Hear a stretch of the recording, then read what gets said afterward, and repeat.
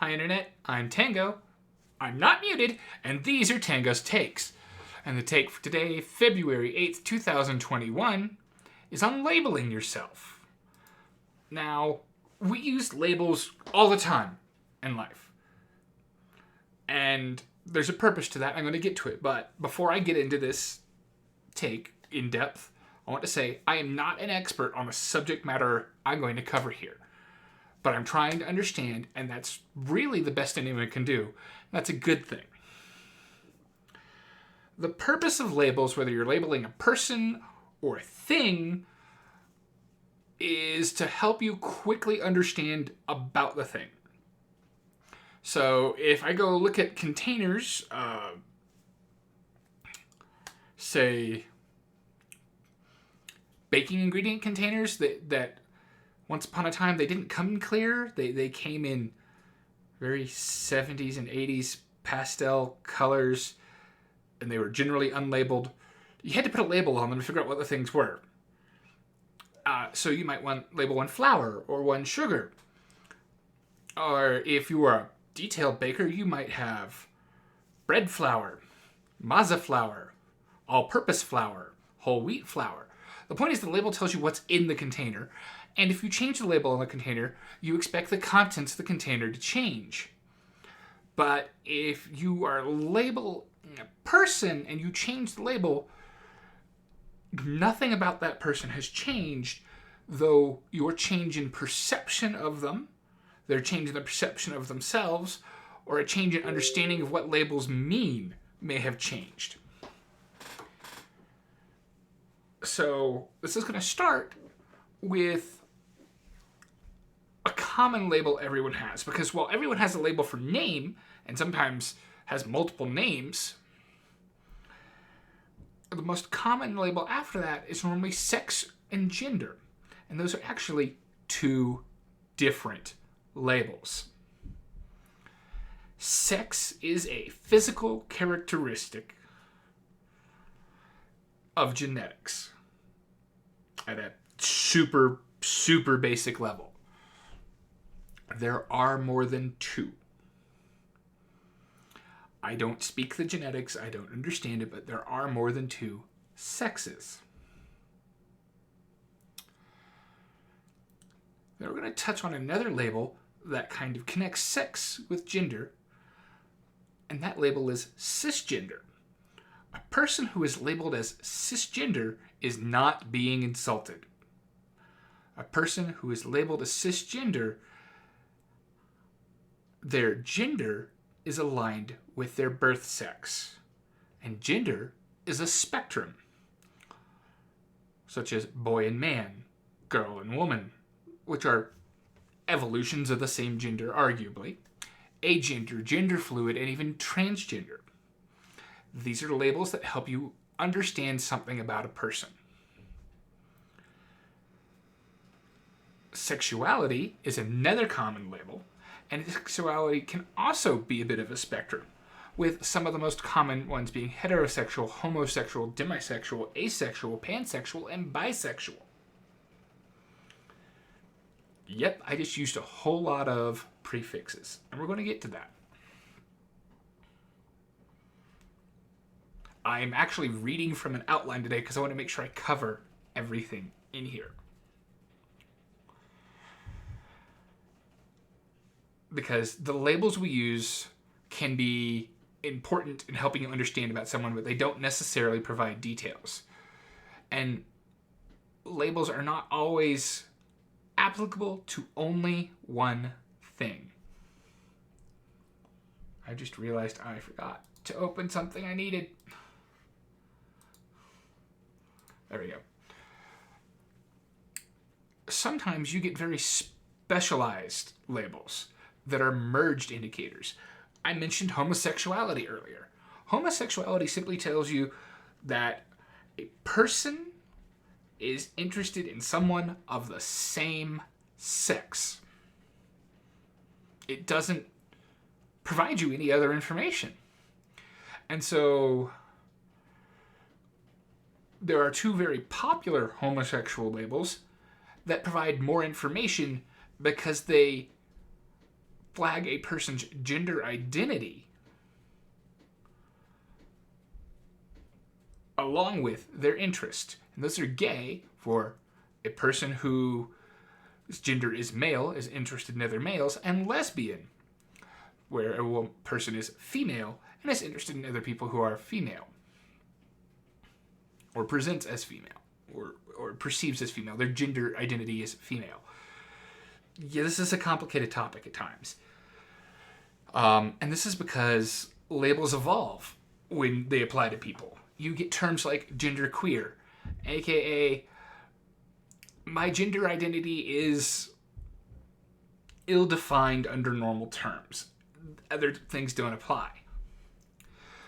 Prefixes and suffixes, and more often than not in these cases, prefixes help provide more details, so that even if you hit a term you've never encountered before, you might get a good understanding of it if you understand what the prefix means.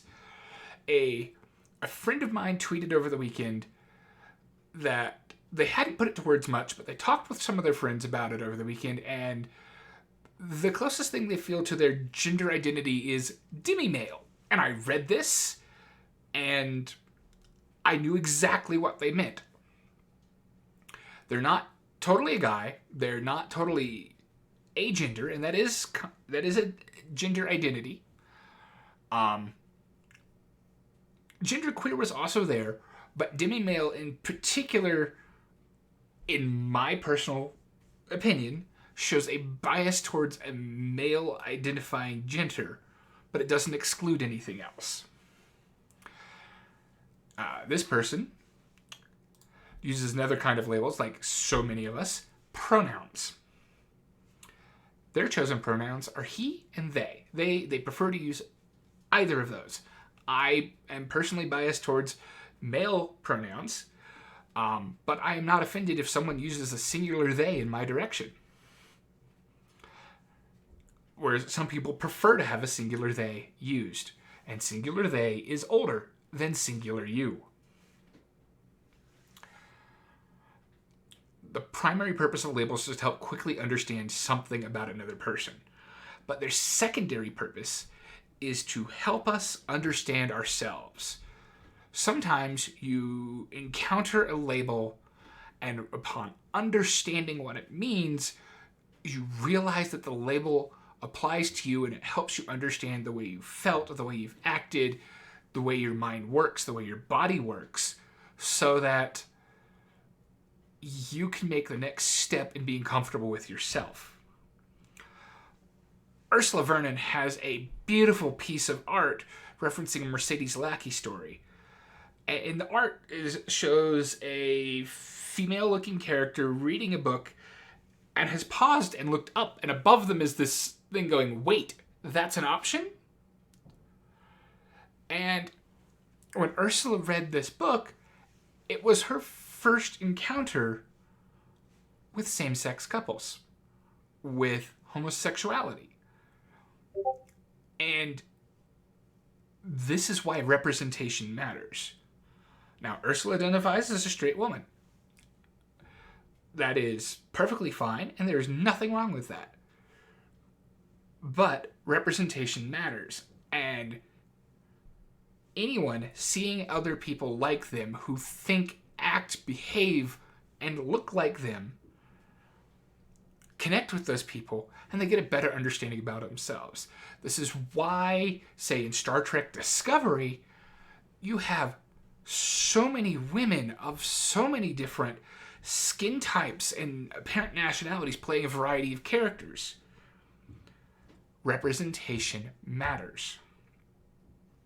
Now, it's important to know that labels aren't perfect. Labels can cause problems, and this is normally because someone assumes that a label is perfectly accurate or provides all the information you need. And this is bad because labels are meant to convey very basic information quickly. Now, if we're looking back at, say, those cans of baking ingredients, well, for most of us, we need to know flour, sugar, powdered sugar, salt. That's all you need. But if you get to someone who does a lot of baking, you're going to need more details. And details are important to people as well. Not everyone likes being labeled, but everyone understands the basics of labels, and using a label sometimes helps other people understand you. There's also the matter that for various reasons, someone may choose to use an inaccurate label to avoid providing those details, or to explaining an uncommon label that they don't believe someone else understands. They're trying to avoid personal discomfort. They may not be comfortable with the label that applies to them. They may just find that the time and place where the conversation has come up is not an appropriate place to use a certain kind of label. Labels are guidelines at best. It's okay to ask for more details, though my recommendation is make sure you've built up a relationship with someone before you get into details. But again, your environment matters. It is not uncommon to ask more questions, say, at a fanish convention than it is at a business convention. One of the best answers you can give if you're not comfortable explaining, or you don't know that you can explain, is to say, it's complicated. Honestly, the option for "it's complicated" as a relationship status on Facebook may be one of the best things they ever did, because people understood it as soon as they read it, and therefore "it's complicated" is in fact another kind of label. But "it's complicated" is perfectly acceptable. What you need to take out of this, it's not use labels for a person that they are not comfortable with, even if the label is accurate. Though, if you think that label is accurate and they don't, you are almost certainly in the wrong. Don't intentionally mislabel someone using the wrong gender, the wrong pronouns. And be aware with people of what labels they use around other people. Labels involving gender and sexuality are very common to keep secret from others for a variety of reasons, especially from other family members or people in a place you work, because not everyone's family or work environment is accepting of all labels. If you fail to respect the reasons that someone is keeping accurate labels to themselves, and you have that information, by the way, you've been trusted. Not only are you breaking their trust, you can endanger their well-being. They could lose their place that they live in if they're young and they live with family. They could lose the support of their family. They could lose their job and lose the ability to support themselves.